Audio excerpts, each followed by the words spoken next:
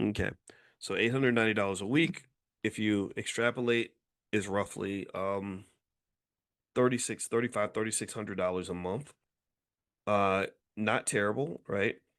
Now if I'm making $3500 a month, roughly, wait, did I do the math right? Yeah, $3500 a month, and I anticipate I'm gonna do that for 6 months.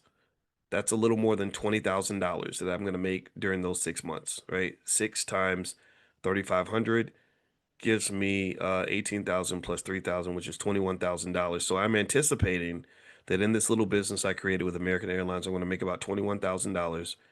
My cost of my puts is going to cost me 9,420. So that's money that I don't expect to get back. The only way I'll get a payment from my insurance company is if the building burns down. I don't want the building to burn down.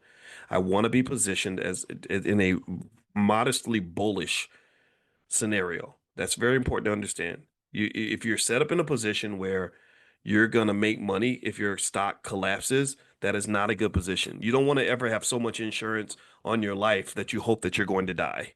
Or you never want to have so much insurance on your house that you're just hoping that you're calling an arsonist to burn it down for you. That's not a good position to be in, right? Do you understand? Insurance companies don't even structure contracts where you have an incentive for somebody to steal your car. If you're gonna, so what they do is they monitor whether you're gonna be better off if the event happens or not, and they need you to be worse off if the event happens because they need the what they call incentive alignment. They need your incentive to align with their incentive. They don't want your car to get stolen. They don't want your house to burn down.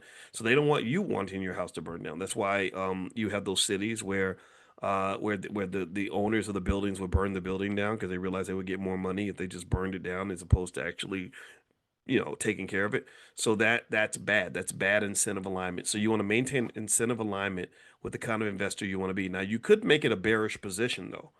If you're a bear, it's hard to be a bear. It's hard to be a bear because if you're a bear, you have to do what they call market timing. Market timing is hard as hell. It's hard to do. Even I can't do it. Most people can't do it. If you do it and it works, that means you got lucky. Market timing, there's a saying that goes that timing the market is not as important as time in the market. Timing the market is not as important as time in the market. So that means that if you are just a long-term investor, being consistent, doing things like the $5 a day plan, just be patient. You're gonna get rich. If you're taking all your extra money every time you want to go on a shopping spree and you just say, "Oh, let me also go shopping in the stock market too," just like I went to the mall. If you consistently do that, then you'll be rich. Your life is really, in my view, a product of your habits. Like when we get overweight, it's not because we ate one big meal.